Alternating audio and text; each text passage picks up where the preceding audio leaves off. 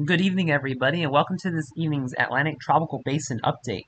So, potential tropical cyclone 6 has formed in the northwestern Bay of Campeche, and taking a look at the latest details, as of 7 p.m. Central Daylight Time, potential tropical cyclone 6 has maximum sustained winds of 50 miles per hour, a minimum central pressure of 1,003 millibars, and is moving northwest at 5 miles per hour. We also have two other areas that have a medium and high chance of formation over the next 2 to 7 days in the main development region that we have to watch as well. Taking a look at the latest cone for potential tropical cyclone 5 as we go into 1 a.m. tonight, looking at a 50 mile per hour tropical storm with 65 mile per hour winds moving to the north-northwest for potential tropical cyclone 6 rather. And then as we go into 1 p.m. tomorrow afternoon, a 50 mile per hour tropical storm with 65 mile per hour winds moving to the north-northwest. Going to remain a 50 mile per hour storm with 65 mile per hour gusts moving to the north as we go into 1 a.m. on a Tuesday morning. And then going into a 1 p.m. Tuesday afternoon, a 65 mile per hour wind, 75 mile per hour gusts moving to the north-northeast, about 100 miles to the east of Brownsville. As we go into a 1 a.m. Wednesday morning, a 70 mile per hour tropical storm with 85 mile per hour winds moving to the northeast, just about 150 miles southeast of Corpus Christi. We're expecting Hurricane Francine as we go into 1 p.m. Wednesday afternoon, 75 mile per hour winds, 90 mile per hour gusts, approaching the Texas-Louisiana border.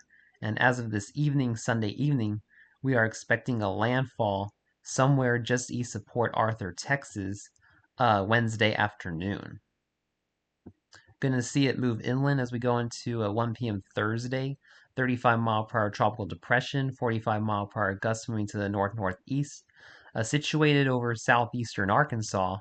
And then we're going to see Francine dissipate over the Boot Heel, Missouri as we go into 1 p.m. Friday Central American Time with 30 mile per hour winds and 40 mile per hour gusts over southeastern Missouri.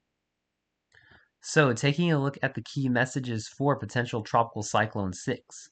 The system is forecast to become a tropical storm on Monday as it moves northwestward to northward near or along the western Gulf of Mexico coast.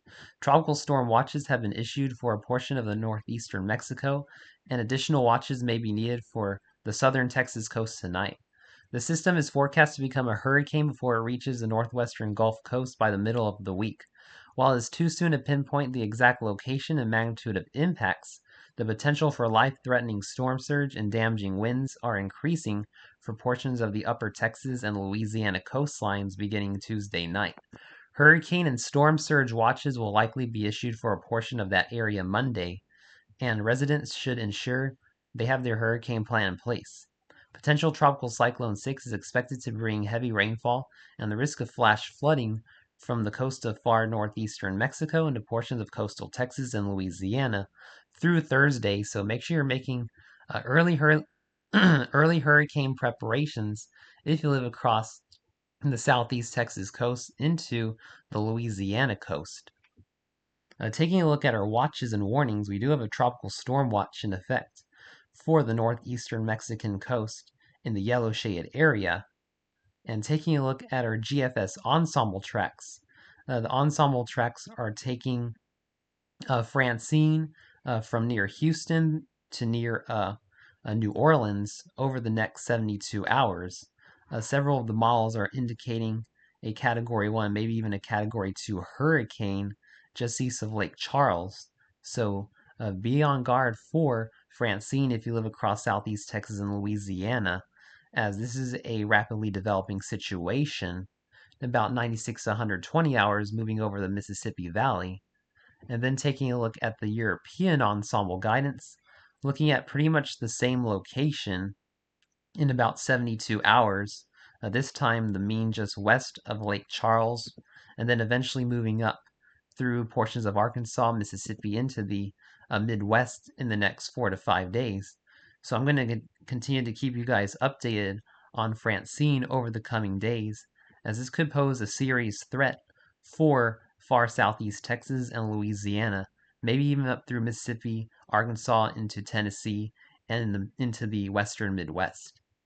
Thanks for watching this evening's tropical update. Please stay safe and have a wonderful evening, my friends.